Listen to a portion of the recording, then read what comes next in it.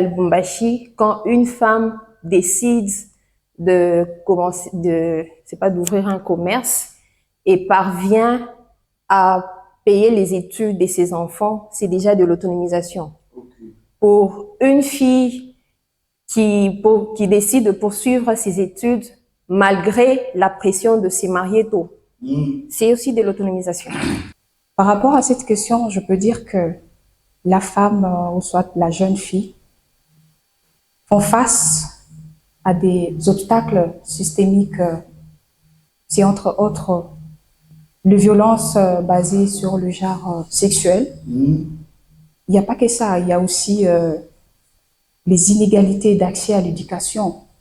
Ce qu'il faut faire, c'est sensibiliser les parents sur l'importance à l'éducation de la jeune fille. Moi, je pense que le fait d'étudier, d'abord, c'est très important. Parce que si vous n'avez pas passé, vous n'êtes pas passé, pardon, au banc de l'école, vous allez voir que vous aurez aussi quelques difficultés à gérer certaines, justement, certaines choses, certaines activités et tout qu'on sort. Mais ce que je vais demander aux hommes d'abord, ce n'est pas d'être complexés, parce que nous devons nous compléter dans le foyer. Vous imaginez, vous avez étudié, moi je n'ai pas étudié, comment est-ce que le foyer va s'orienter? Donc il y aura un peu...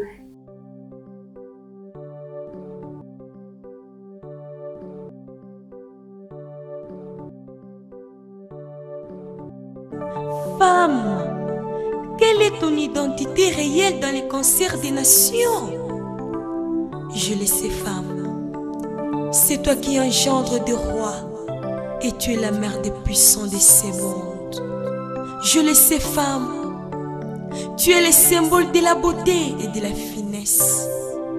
À cause de ta beauté, tu te laisses passer pour un objet de loisir afin d'embellir des tables et des spectacles.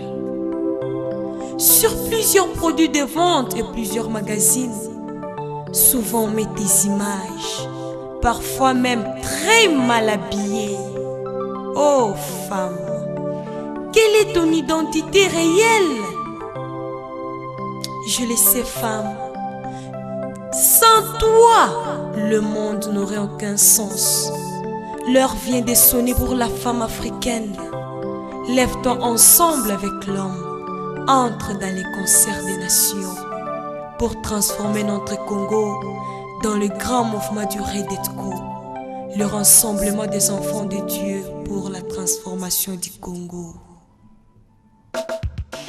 Identité na yo nini mama na bana, identité na yo yebisanga na yebae, identité na yo nini mama na bana, identité na yo yebisanga na yebae.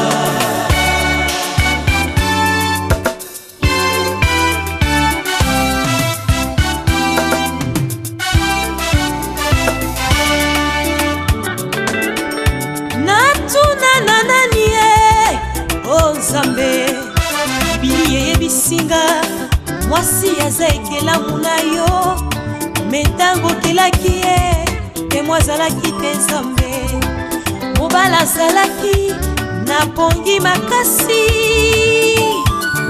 Et voilà pourquoi son identité réelle nous échappe vraiment.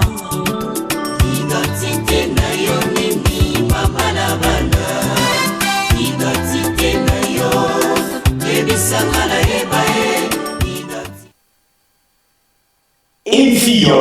Fontaine du Savoir, c'est une émission qui est mise à votre disposition afin de pouvoir apporter des solutions, afin de pouvoir apporter de lumière face aux difficultés, face aux problèmes que la société est en train de faire face. Vous suivez Fontaine du Savoir, une émission qui est commentée par Franck Mwambalo du Rocher. Je ne suis pas un secret ni ta mère, mais je suis bon à boire. Vous nous suivez de partout à Lubumbashi, dans la commune de Kampemba, dans la commune de Kakuba, dans la commune de Rachi, Kamalondo, vous nous suivez de partout.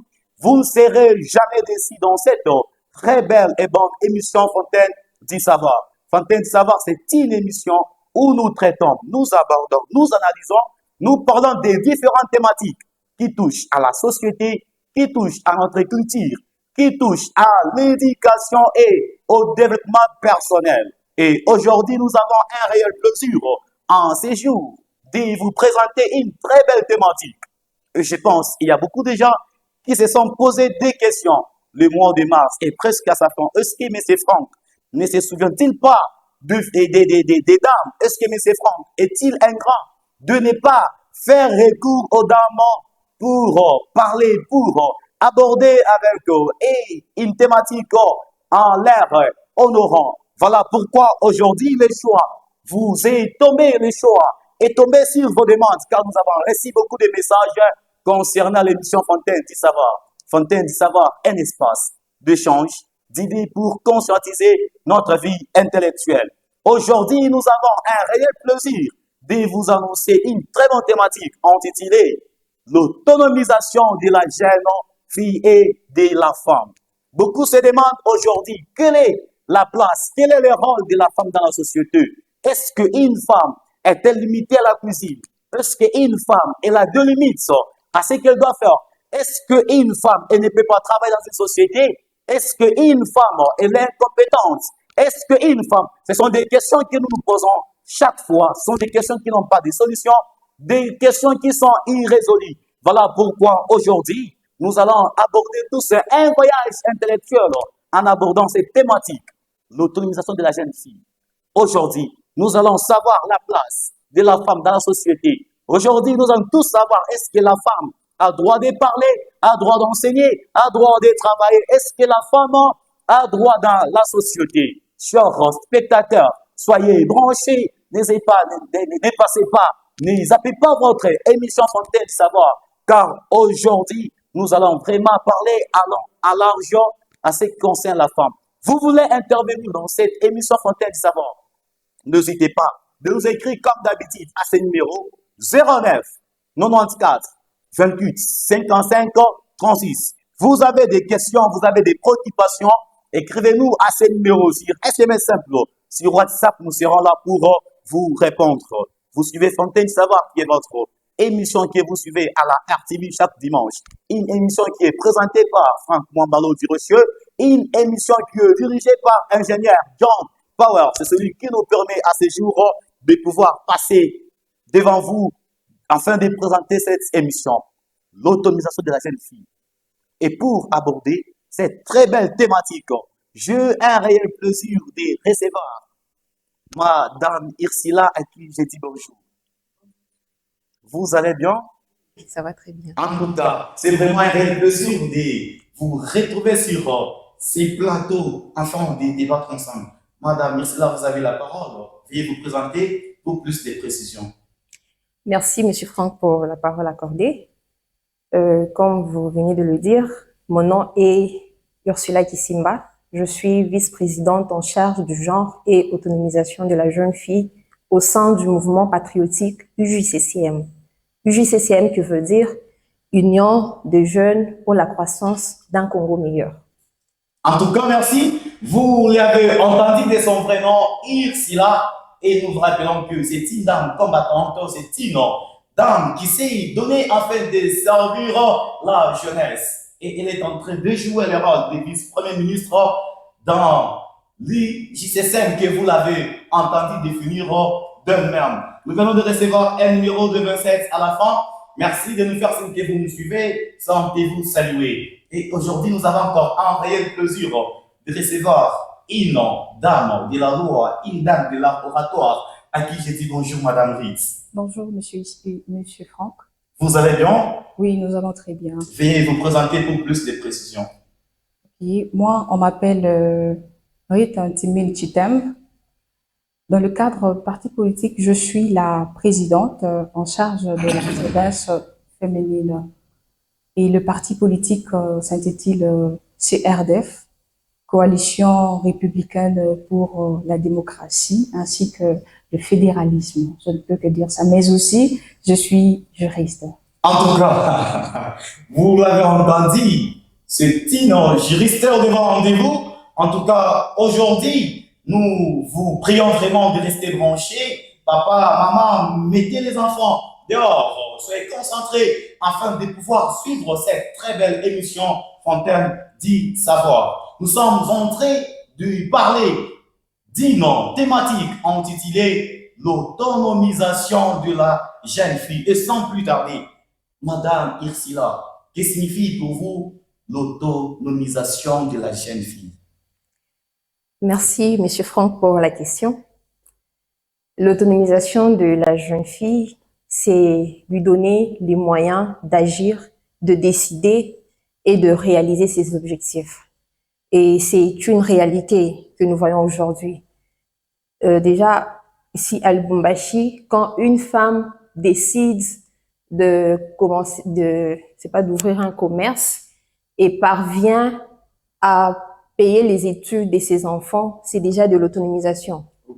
Pour une fille qui décide de poursuivre ses études malgré la pression de se marier tôt, c'est aussi de l'autonomisation. Voilà, vous avez suivi l'intervention de VP Irsila. Maintenant, Madame Ritz. Oui, Monsieur Franck. Madame Irsila vient nous dire laisser la fille capable, la femme capable de travailler, d'aider sa famille. C'est ce que nous appelons l'autonomisation. Selon vous, quels sont les principaux obstacles que la femme est en train de rencontrer pour ne pas être autonome? Et merci encore pour l'octroi de la parole. Par rapport à cette question, je peux dire que la femme ou soit la jeune fille font face à des obstacles systémiques. C'est entre autres les violences basées sur le genre sexuel. Il n'y a pas que ça, il y a aussi les inégalités d'accès à l'éducation. Mais plus précisément encore, nous constatons de mariage précoce. Je vais m'atteler un peu sur le mariage précoce en soulevant le point positif. Vous voyez, le mariage précoce impacte sur la psychologie. Le mariage précoce impacte sur l'éducation de la jeune fille, mais aussi sur sa psychologie dans le cas où elle vit dans des stress, vous voyez. Déjà, quand la jeune fille vit sous pression, donc ça constitue déjà l'obstacle par rapport à ça. En tout cas, j'ai vraiment aimé vos interventions parce que vous êtes des gens qui sont clairs et que vous parlez d'une manière claire, on n'est pas mâcheux de mots. Et que vous avez soulevé des obstacles que la jeune fille ou les femmes rencontrent pour ne pas être autonome. Et je mérite poser encore une question à Madame Irsila. Et nous savons tous très bien que nous sommes tous africains et nous avons des tribus, nous avons notre culture. Et si vous avez remarqué dans la culture congolaise ou africaine, on ne permet pas souvent à la femme de pouvoir prendre de l'autorité quelque part, soit dans un foyer, dans la société, ou bien là où elle travaille. La femme n'a pas le droit d'être au-dessus. Et à part ça, beaucoup de gens disent aujourd'hui que le rôle de la femme, ce n'est que travailler à la cuisine. Alors, quel est votre message par rapport aux parents qui déconseillent leurs enfants de pouvoir étudier? Et je pourrais bien encore reformuler la question. Qu'est-ce que vous dites pour ces gens qui découragent la scolarisation de la jeune fille? Merci encore une fois pour votre question. Ce qu'il faut faire, c'est sensibiliser les parents sur l'importance à l'éducation de la jeune fille. L'éducation de la jeune fille est très importante. Déjà, pour une fille instruite, elle peut devenir avocate, elle peut devenir enseignante et elle peut facilement soutenir sa famille. Voilà. Donc, à ces parents-là, nous devons les sensibiliser sur l'importance à l'éducation. Moi qui vous parle là, si je suis devant vous ce soir, c'est parce que j'ai étudié. Si je n'avais pas étudié, je ne serais pas là à vous parler. En tout cas, c'est un message profond aux parents, les parents qui nous suivaient à ces moments. veuillez vraiment donner l'accès aux enfants pour leur scolariser. Ne limitez pas vos filles, ne dites pas que les filles n'ont pas droit à l'éducation. Voilà aujourd'hui que nous avons le réel plaisir de recevoir le juriste des grandes dames avec nous aujourd'hui parce qu'elles ont étudié. Voilà pourquoi elles sont avec nous aujourd'hui. Donc, quant à l'éducation, une fille a aussi droit. Il n'y a pas de limite à faire à une fille face à l'éducation. Oh, Madame Rite, et surtout que vous êtes juriste, que doivent faire les autorités pour améliorer l'autonomie de la jeune fille?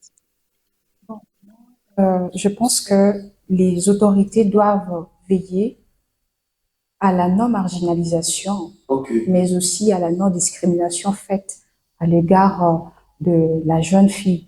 Et d'ailleurs, cela est prévu à l'article 12 de la Constitution. Si vous permettez, je peux lire. Vous pouvez lire. Merci. Cet article stipule que tous les Congolais sont égaux devant la loi et ont droit à une égale protection de loi. C'est-à-dire, les autorités doivent veiller à la non-marginalisation, mais aussi à la non-discrimination faite à l'égard de la jeune fille. Et surtout que vous venez de lire un article qui est vraiment profond. Oui.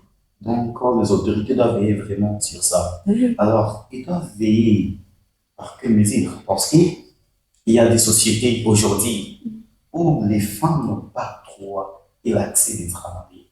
Et qu'ils doivent maintenant faire les autorités à part. Et quand vous dites de la discrimination, on peut comprendre que quand il y a une société de l'État, là, cet article peut être appliqué. Mais imaginez-vous qu'on se retrouvait dans une entreprise privée d'un monsieur X qui s'est dit, selon moi, dans mon entreprise, les femmes n'ont pas droit à travailler. Et qu'est-ce que les autorités doivent maintenant faire afin que les femmes aient accès à travailler partout? Bon, déjà, si vous me posez cette question, vous allez voir qu'il y a déjà la discrimination. Dans le cas où le monsieur, il ne voulait pas que le dame ne puisse travailler. Bon, moi, je pense que les autorités doivent interpeller le monsieur pour lui parler de cet article qui est si important pour l'évolution ainsi que l'amélioration de la femme. En tout cas, c'est vraiment fondé. Voilà pourquoi c'est un appel solennel aux autorités nationales, voire aussi provinciales, de pouvoir veiller sur ça, car nous avons assisté à beaucoup de spectacles aujourd'hui où la femme n'a pas droit dans certaines sociétés. Alors, VP Irsila, quel rôle joue l'éducation de la femme dans l'autonomisation? Donc, pour que la femme soit autonome, l'éducation à quelle date à ça? L'éducation joue un rôle très important dans l'autonomisation. C'est comme je l'ai dit précédemment, une fille instruite peut devenir médecin, avocate, elle peut devenir ministre et elle peut soutenir sa famille. En tout cas. C'est quelque chose à ne pas négliger. Et vous avez un exemple inspirant d'une fille qui a étudié aujourd'hui, elle est en train de soutenir sa famille. Oui. Comme qui? Bon, je peux donner mon exemple. Votre exemple. Je m'attendais parfois que vous parliez. Il y a Madame Fifi Mansouka qui est gouverneure là-bas. Je m'attendais à ceci, je m'attendais aussi. Non, je parle de moi. Parce que une preuve vivante. Je suis une preuve vivante. J'ai étudié et je soutiens ma famille. Il y a un monsieur qui nous a écrit, bonsoir Fontaine Savoir. J'ai une question à demander. Pourquoi les femmes qui ont beaucoup étudié ont du mal à vivre dans des foyers? C'est le message. En tout cas, monsieur, veuillez vraiment écrire votre nom. Votre numéro finit avec 301. Pourquoi les femmes qui ont beaucoup? Parce qu'il n'y a pas de l'éducation. Et que c'est quelqu'un qui nous suit vraiment à la main. Il a posé une très bonne question. Pourquoi les femmes qui ont beaucoup étudié aujourd'hui ont du mal à gérer leur famille? Les femmes qui ont beaucoup étudié n'ont pas du mal à gérer leur famille. Même leur foyer. Moi, je trouve que ce sont parfois les hommes qui sont complexés. Ce sont les hommes qui sont... Oui, Ils sont Complexé. complexés d'avoir une femme avec beaucoup de diplômes. Ils se disent, non, comment, peut-être l'homme est inférieur par rapport à la femme. Ils se sentent, je dirais, en insécurité. Voilà. Il se dit, non, comment elle peut me dépasser? Tout ce que la femme peut dire, pour lui, en tout cas, c'est un problème. Donc, si je vous comprends bien, aujourd'hui, vous êtes là pour nous dire que la femme et l'homme, et tous doivent être sur le plan d'égalité. Justement, l'égalité n'est pas une guerre. Oui, Ok. j'insiste ici pour dire que l'égalité entre hommes et femmes Mais n'est bon. pas une guerre. Ok. Pour que notre société puisse très bien évoluer, Mhm. nous devons tous être égaux. Est-ce que vous pensez que ceci peut vous apporter la paix? Bon, Madame la paix, elle est très importante d'abord, Oui. vous voyez. Moi, je pense que le fait d'étudier, d'abord, c'est très important. Ok. Parce que si vous n'avez pas passé, vous n'êtes pas passé, pardon, au banc de l'école, Mhm. vous allez voir que vous aurez aussi quelques difficultés à gérer certaines, Justement. certaines choses, certaines activités et tout consort. Ok. Mais ce que je vais demander aux hommes d'abord, ce n'est pas d'être complexés parce que nous devons nous compléter dans le foyer. Vous imaginez, vous avez étudié, moi je n'ai pas étudié, comment est-ce que le foyer va s'orienter? Donc il y aura un peu quelques difficultés aussi, hein, d'où le complément dans le cas là est très important. Est-ce que, Madame Ritz, pensez-vous que l'indépendance financière d'une femme peut-elle la permettre d'être autonome? Sincèrement, oui. Parce que sans le moyen financier, Oui. il est quasiment impossible de, de remplir à 100% ses besoins et surtout que le besoin vient de chaque jour, vous voyez. Oui. Donc, il est quasiment impossible de remplir certains besoins. Et d'où vous allez constater que par manque des moyens financiers, il y a certaines femmes qui s'exposent à des pratiques immorales. C'est comme par exemple la prostitution. La prostitution, oui. Parce que vous manquez l'argent, vous vous dites, non, peut-être une fois que je me prostitue, là, je peux remplir un besoin quelconque et vous cédez à la prostitution. Vous voyez un peu d'où l'importance de moyens financiers. Est-ce Je que peux aussi ajouter sur ce qu'elle vient de dire. Pour une fille indépendante financièrement, c'est vraiment difficile pour elle de rester, par exemple, dans une relation toxique, Par exemple, soit dans un mariage où on la maltraite, où on la bat. Déjà, une fille qui est stable financièrement peut facilement prendre des décisions pour sa vie. Elle ne peut pas vivre avec un homme qui la maltraite. Je peux donner l'exemple d'une tante à moi. Elle vit dans un mariage toxique, l'homme ne lui donne pas l'argent pour payer les habits, pour payer ses histoires. Et elle est là, elle dit, non, je suis là seulement pour les enfants. Donc, si même tu lui dis, non, tu peux prendre une décision de... Elle dit, bon, quand même, parce que l'homme ne s'occupe pas d'elle.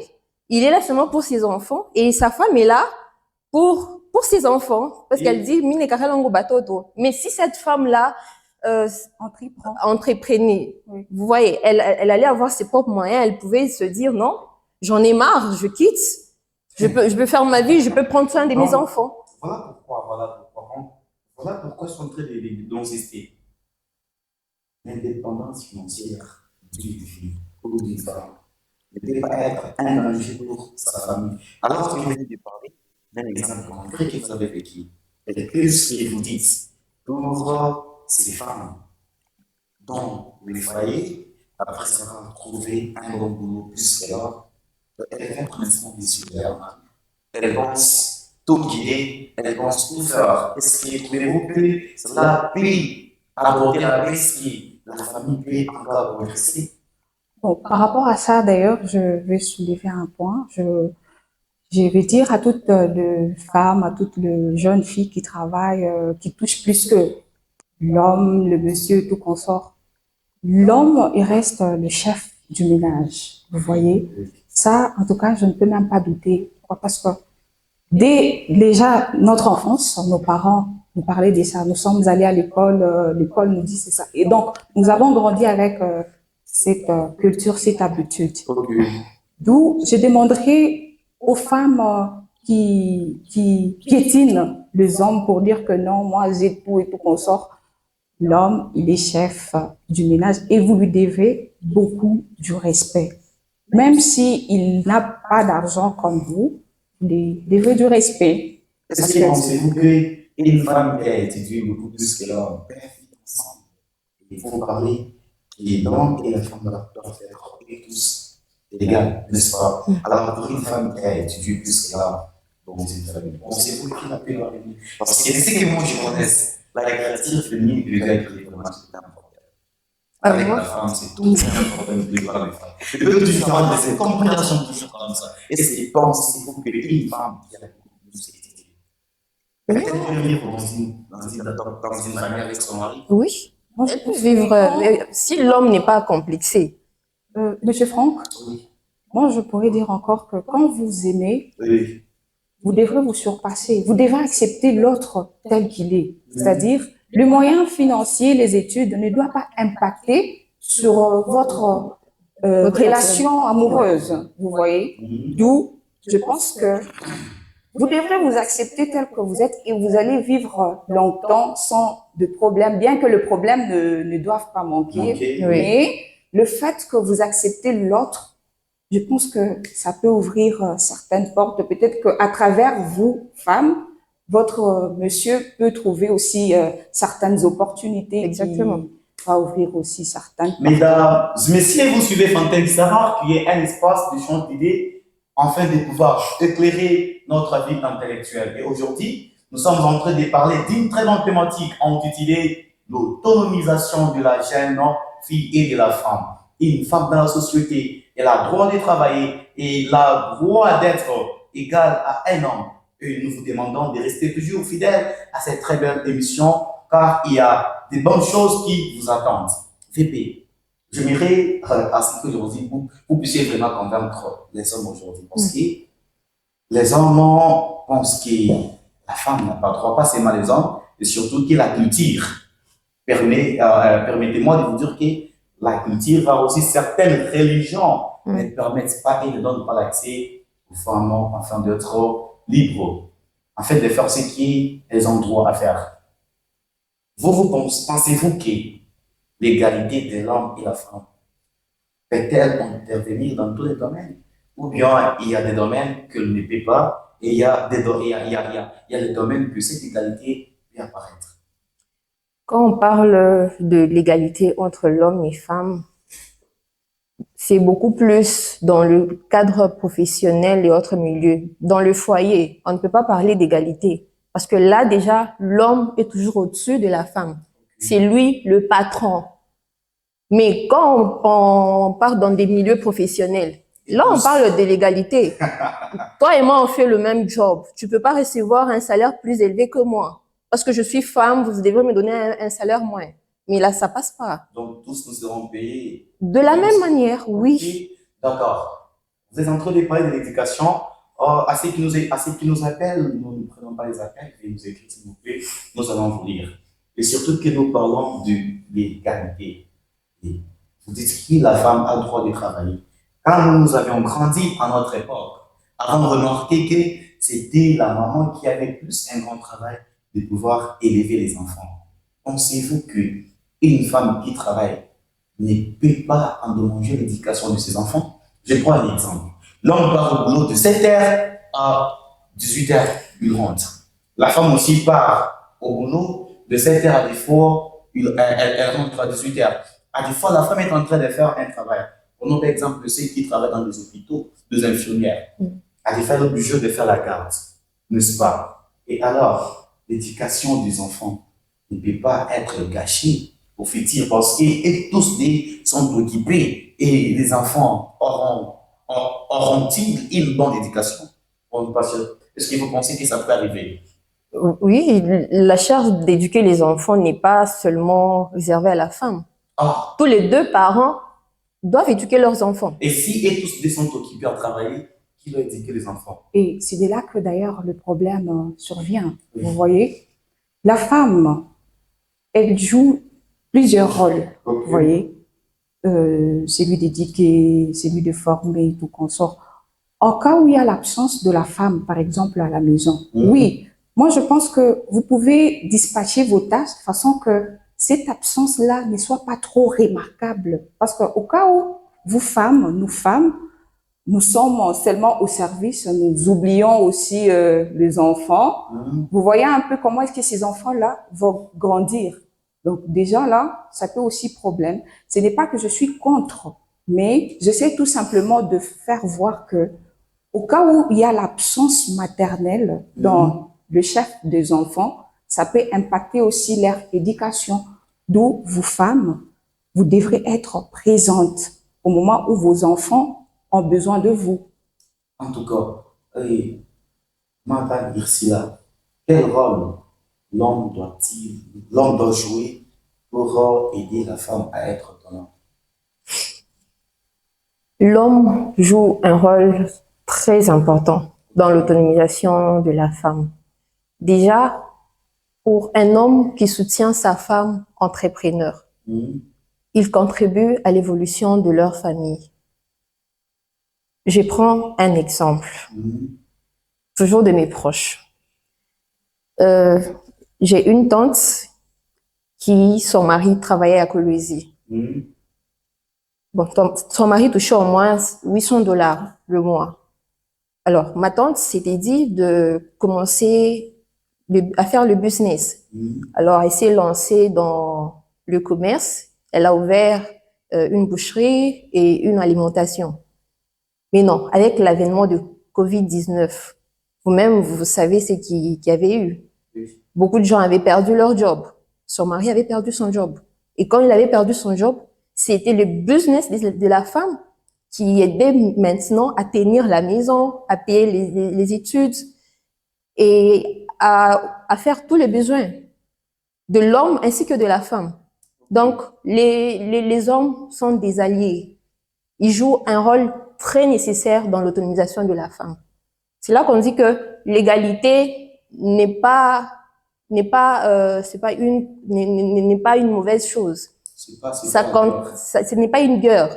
Plutôt, ça contribue à l'évolution de la famille. En tout cas, Madame la juriste, pensez-vous qu'avec cette affaire qui s'est déroulée dernièrement, j'espère il y a quelques mois, il y a une affaire connue de tous du Balthazar. Est-ce que cette affaire peut-elle permettre encore donner le courage aux hommes de laisser leur femme travailler vraiment pour offrir? Bon, moi, je pense que l'affaire là de Balthazar, Monsieur Balthazar, ne concerne pas toutes les femmes. Parce que. Non, quand je dis ça, parce qu'il y a une question qui vient encore d'être étonnée. J'ai une question.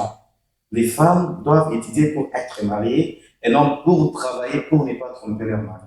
Permettez que je réponde d'abord à l'affaire là de Balthazar. Moi, je pense que la confiance que vous témoignez dans votre femme, c'est ce qui va faire en sorte que même quand elle part dans des milieux professionnels, tout comme ça, vous n'aurez pas à douter d'elle. Pourquoi? Parce que déjà au départ, vous connaissez votre femme. Exactement. Vous voyez? Donc, tout commence d'abord à travers le doute. Quand vous doutez, donc déjà, il y a un problème. Moi, je peux dire que l'homme doit faire confiance à sa femme pour que la femme là puisse donner aussi le meilleur d'elle. Ce n'est pas seulement en restant à la maison où la femme peut donner le meilleur d'elle. Elle peut donner le meilleur d'elle dans des milieux professionnels, des milieux éducatifs, tout qu'on sort. Et si vous bloquez la femme, parce qu'un jour vous avez vu l'histoire de Balthazar, vous voyez un peu comment est-ce que la femme, donc elle ne va pas se développer, elle sera enfermée et ça pose problème. Vous voyez. Et d'ailleurs, il y a de ces femmes qui trompent leur mari dans leur propre foyer. Ce sont des choses qui se passent. C'est juste une question de confiance. C'est ça. Oui, une femme infidèle, elle peut faire l'infidélité dans son propre foyer, sur son lit, dans son lit conjugal. La nécessité de la confiance. Aujourd'hui, vous m'avez vraiment laissé sans mots. Vous êtes sans doute très meilleur. Laissez-moi vous apprécier car je reçois des messages positif de vos interventions. Nous sommes en train d'arriver à clôturer avec l'émission et surtout que nous sommes en train de clôturer le mois de la femme. Madame Irsila, quel message pourriez-vous donner à ces femmes qui se prennent comme elles ne sont bien dans la société, qui ne veulent pas donner le meilleur d'elles-mêmes? Quel message vous leur donner? À vous, mes chères dames, ce que j'aimerais vous dire ce soir, c'est que vous êtes très fortes, vous êtes meilleures. Osez entreprendre. Ça ne demande rien que le courage. Je peux même exagérer pour dire que vous êtes... Sans comment n'exagérez pas. Non, non, non. Vous- Elles sont plus supérieures que nous. Non, elles ne sont pas supérieures que vous. Oui, Elles sont meilleures. Elles sont capables de changer les choses. oui, oui. Oui. Et veuillez juste poser un petit mot sur l'entrepreneuriat des femmes. Qu'est-ce que les femmes doivent faire pour entreprendre? D'abord, moi, j'ai toujours dit que l'entrepreneuriat commence par une prise de conscience. Ok, Déjà, pour une femme qui prend la conscience d'entreprendre dans n'importe quel domaine, elle peut le faire. ok. Si seulement elle ose, elle va y arriver. C'est un peu ça. En tout cas, merci beaucoup, VP, pour ces messages profonds. Oui, Madame la juriste, je vous préviens, avant que vous parliez, j'aimerais que vous adressiez un message aux autorités provinciales, voire aussi nationales, à ce qui concerne l'autonomisation de la jeune fille. Quel message pouvez-vous leur adresser parce qu'ils nous suivent? Ce que je peux dire aux autorités, c'est que le jeune fille, le jeune fille, le femme ont besoin de votre soutien. Oui, Et surtout, dans le cas où elles se sentent en détresse, vous voyez, il y a plusieurs cas qui surviennent, mais parfois elles se sentent délaissées, elles se disent non, comment est-ce que je vais affronter, comment est-ce que, parce que je n'ai pas l'argent, mais en cas où vous, autorité, le message je vais dire, Parvenez. vous parvenez. Donc, soyez là parce que les femmes ont besoin de vous, de votre assistance, quelle que soit financière, sur tout le plan. Nous avons besoin de vous. vous lancez un message aux jeunes filles qui vous suivent et aux femmes, et puis vous saluez 3 personnes. Nous sommes presque à la fin de notre émission. Aux jeunes filles qui me suivent, le message que je peux lancer, c'est que donnez le meilleur de vous. Le meilleur de vous, c'est ce qui vient dans vous. C'est ce que vous pouvez apprendre aux autres qui va les instruire. Vous voyez? Comme par exemple, vous trouvez un enfant qui, par exemple, s'habille en taille basse. Vous, femmes, vous laissez cet enfant s'habiller comme ça. Mais non, le meilleur de vous, c'est éduquer cet enfant, de lui dire, non, monsieur, la façon dont vous êtes habillé là, c'est pas bien. Et déjà, quand vous portez, par exemple, correction à cet enfant, vous voyez que vous donnez le meilleur de vous. Moi, je pense que je peux dire tout simplement aux femmes de donner le meilleur de vous. Et surtout que nous sommes déjà meilleurs. Alors, donnons le meilleur de nous. Oui. En passant, je salue d'abord mes parents, Monsieur Chitembu Kapenda, Floribert, mais aussi moi, Diave, Hélène, ma mère, sans oublier mon mentor politique, honorable Juvenal Kitungwa Lugoma. Je vous salue et je suis très heureuse aujourd'hui de passer devant la télévision et citer votre nom. Je vous salue. Je peux saluer la dernière personne. Oui, je salue également mon encadreur dans le cabinet Pilato Yakim, sans oublier Maître Dieudonné Mataba. Merci beaucoup. Oh, VP Irsila, nous allons clôturer l'émission. Avez-vous un mot à placer avant de saluer quelques personnes qui vous connaissez? Le tout dernier mot. Le tout dernier mot à toutes les femmes, à toutes les filles.